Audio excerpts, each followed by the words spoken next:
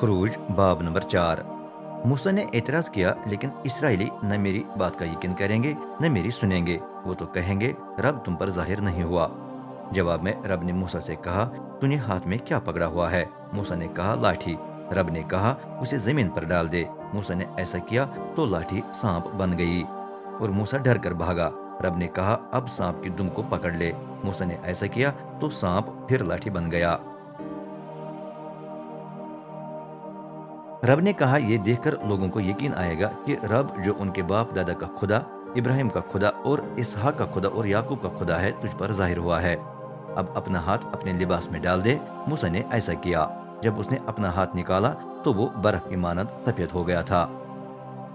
कोढ़ जैसी बीमारी लग गई थी। तब रब ने कहा, अब अपना हाथ दोबारा अपने लिबास में डाल। मूसा ने ऐसा किया। जब उसने अपना हाथ दोबारा निकाला तो वो फिर सेहतमंद था। रब ने कहा, अगर लोगों को पहला मुआजिज़ा देखकर यकीन न आए और वो तेरी न सुने तो शायद उन्हें दूसरा मुआजिज़ा देखकर यकीन आए। अगर उन्हें फिर भी यकीन न आए और वो तेरी न सुने तो दरिया नील से कुछ पानी निकालकर उसे खुश्क जमीन पर उंडेल दे। ये पानी जमीन पर गिरते ही खून बन जाएगा। लेकिन मूसा ने कहा, मेरे आका, मैं माजरत चाहता हूँ। मैं अच्छी तरह बात नहीं कर सकता, बल्कि मैं कभी भी ये लियाकत नहीं रखता था। इस वक्त भी जब मैं तुझसे बात कर रहा हूँ, मेरी यही हालत है, मैं रुक रुक कर बोलता हूँ। रब ने कहा, किसने इंसान का मुंह बनाया? कौन एक को गूंगा और दूसरे को बहरा बना देता है? कौन एक को देखने की काबिलियत देता है और दूसरे को इससे महरूम रखता है? क्या मैं जो रब हूँ ये सब कुछ नहीं करता? अब जा, तेरे बोलते वक्त मैं खुद तेरे साथ हूँगा और तुझे वो कुछ सिखाऊंगा जो तुझे कहना है। लेकिन मूसा ने इल्तिजा की, मेरे आका, मेहरबानी करके किसी और को भेज दे। तब रब मूसा से सख्त खफा हुआ। उसने कहा, क्या तेरा लावी भाई हारून ऐसे काम के लिए हाजिर नहीं है? मैं जानता हूँ कि वो अच्छी तरह बोल सकता है। देख, वो तुझसे मिलने के लिए निकल चुका है। तुझे देखकर वो निहायत खुश होगा। उसे वो कुछ बता जो उसे कहना है। तुम्हारे बोलते वक्त मैं तेरे और उसके साथ हूँगा और तुम्हें वो कुछ सिखाऊंगा जो तुम्हें करना होगा। हारून तेरी जगह कौम से बात करेगा, जबकि तू मेरी तरह उसे वो कुछ बताएगा जो उसे कहना है।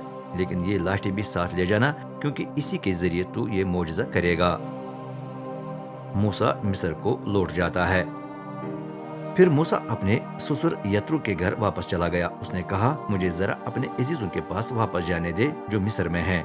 मैं मालूम करना चाहता हूँ कि वो अभी तक जिंदा है कि नहीं। यत्रो ने जवाब दिया, ठीक है, सलामती से जाएं। मूसा अभी मिदियान में था कि रब ने उससे कहा, मिस्र को वापस चला जा, क्योंकि जो आदमी तुझे कत्ल करना चाहते थे वो मर गए हैं। चनाचे मूसा अपनी बीवी और बेटों को गधे पर सवार करके मिस्र को लौटने लगा। खुदा की लाठी उसके हाथ में थी। रब ने उसे ये भी कहा, मिस्र जाकर फिर उनके सामने वो तमाम मोजज़े दिखा जिनका मैंने तुझे इख्तियार दिया है, लेकिन मेरे कहने पर वो अड़ा रहेगा। वो इसराइलियों को जाने की इजाजत नहीं देगा। उस वक्त फिर उनको बता देना, रब फरमाता है कि इसराइल मेरा पहलौठा है। मैं तुझे बता चुका हूँ कि मेरे बेटे को जाने दे ताकि वो मेरी इबादत करे। अगर तू मेरे बेटे को जाने से मना करे तो मैं तेरे पहलौठे को जान से मार दूंगा। एक दिन जब मूसा अपने खानदान के साथ रास्ते में किसी सराय में ठहरा हुआ था तो रब ने उस पर हमला करके उसे मार देने की कोशिश की। ये देखकर सफोरा ने एक तेज पत्थर से अपने बेटे का खतना किया और काटे हुए हिस्से से मूसा के पैर छुए। उसने कहा, यकीनन तुम मेरे खूनी दुल्हा हो। तब खुदा ने मूसा को छोड़ दिया। सफोरा ने उसे खतने के बाइस ही खूनी दुल्हा कहा था। रब ने हारून से भी बात की, रेगिस्तान में मूसा से मिलने जा। हारून चल पड़ा और खुदा के पहाड़ के पास मूसा से मिला। उसने उसे बोसा दिया। मूसा ने हारून को सब कुछ सुना दिया जो रब ने उसे कहने के लिए भेजा था। उसने उसे उन मौजूदों के बारे में भी बताया जो उसे दिखाने थे। फिर दोनों मिलकर मिस्र गए। वहां पहुंचकर उन्होंने इसराइल के तमाम बुजुर्गों को जमा किया।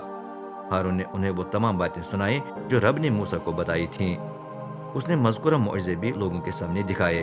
फिर उन्हें यकीन आया, और जब उन्होंने सुना कि रब को तुम्हारा ख्याल है और वो तुम्हारी मुसीबत से आगाह है, तो उन्होंने रब को सजदा किया।